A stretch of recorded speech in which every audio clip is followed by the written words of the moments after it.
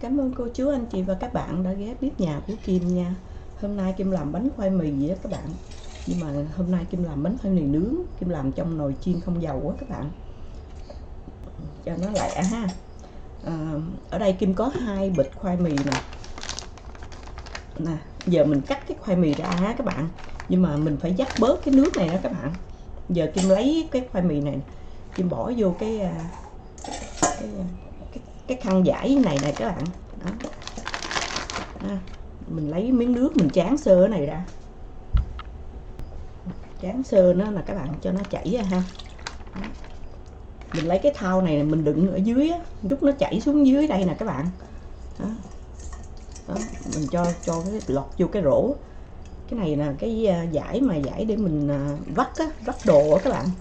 Đó. Mình vắt cho nó ráo nha, để nó làm cái bánh khoai mì mình không có nhão các bạn. Rồi đó các bạn, đó, giờ mình làm đó, mình vắt nó khô vậy nè các bạn. Đó, mình làm vậy khoai mì mình không có bị nhão ha. Cái này á, các bạn muốn bỏ dừa ở đây nó có cái hũ dừa này nè, Kim mua vậy nè ha. Kim cho chút xíu vô thôi, các bạn thích thì các bạn cho ha. Nè, Kim đã lấy bớt ra nó cho nó đừng có ngọt quá các bạn. Thích thì mình rải cái dừa đó, không thích thì mình khỏi ha các bạn. Đó, Kim cho 1 lon sữa đặc vô ha. Thì mình không có xài đường á các bạn. Kim cho hết 1 lon sữa đặc ha. Thì Kim không có xài đường, không có xài thêm đường gì hết. Rồi ở đây 1 lon nước cốt dừa nè các bạn. Đó, mình xài hết nước cốt dừa luôn ha. Quậy lên.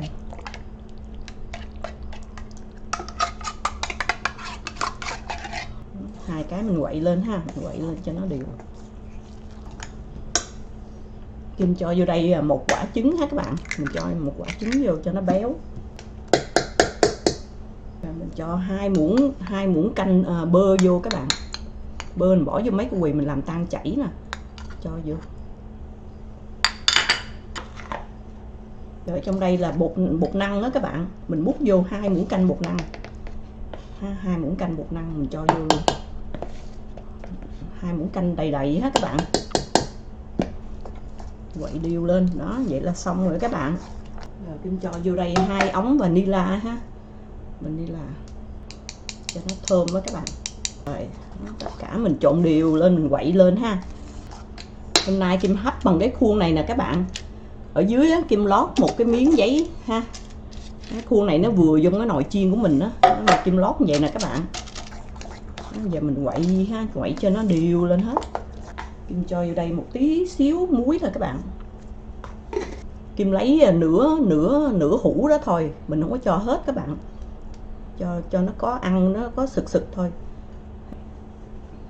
Đó. Rồi giờ Kim xịt vô đây chút xíu. Mình cũng lót cái giấy nhưng mà mình xịt vô để cho nó chút mình dễ chở cái bánh đó các bạn, nó không có dính vô cái này. Cái nãy cái nước nó lóng xuống á. Nè, cái tinh khoai mì nó bám ở dưới đây nè các bạn, mình lấy mình cho vô luôn. Đó. Nãy mình đổ cái nước ở trên ra đó, giờ nó bám ở dưới này nè.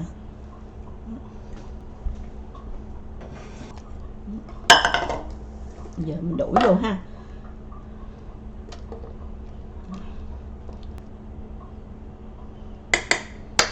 Đó, mình lót vô vậy ha.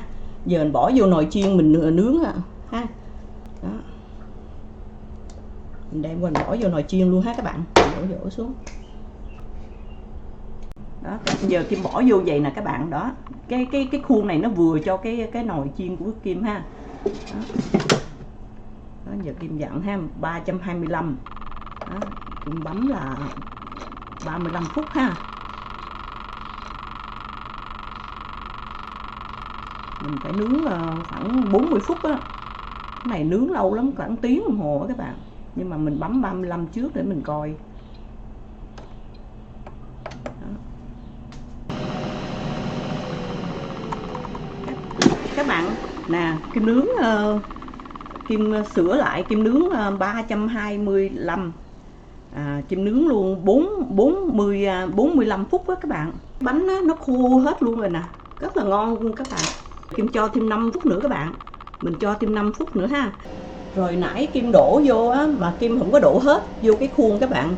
Kim chừa chút xíu để Kim làm cái bánh waffle á các bạn. Mình nướng bằng cái lò waffle này nè. Cái này nó có cái nút từ thấp cho đến maximum ha. Nhưng mà Kim không có để max đâu, Kim để khoảng chừng ví dụ này nó 9 số, mình để khoảng chừng số 6, số 5, số 6 được rồi các bạn. Kim không có dặn lên tới mát đâu, nhà mát nó nóng lắm cho nên nó làm bánh khoai mì mình không ngon. Bây giờ Kim quết dầu rồi ha. Kim cho chút xíu bơ lên nè các bạn. Mà Kim thích làm nó ổ nhỏ nhỏ thôi các bạn.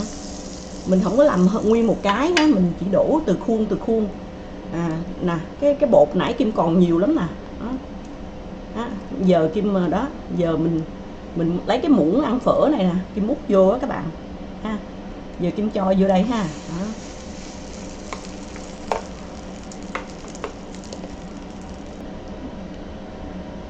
Đó.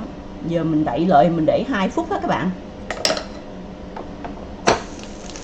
Đó, giờ Kim canh 2 phút rồi Kim chở qua bên kia. Nè các bạn, sau 2 phút á, bánh nó vàng vậy đó các bạn. Đó. Mình chở bên vậy nè, nó đẹp. Đó. Giờ mình chở rồi đó ha, cái mình cho nó 2 phút nữa ha các bạn. Đó, bây giờ cái bánh của khoai mì nó giờ nó nè các bạn coi nè.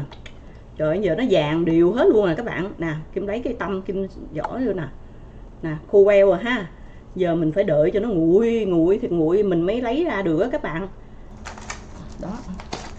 Đó, nó dễ chóc nè các bạn. Cái này là khuôn dời á. Nhưng mà mình lót một miếng giấy ở dưới ha. Cái giấy nến đó các bạn. Mình lót xung quanh cái khuôn mình á để cho mình dễ lấy ra các bạn. Nè. Ở dưới Kim lót một cái miếng giấy cho nên nó rất là dễ lấy ha. Đó. Nè.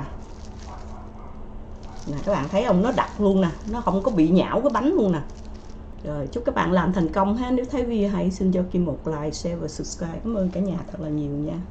Cảm ơn cô chú anh chị thật là nhiều.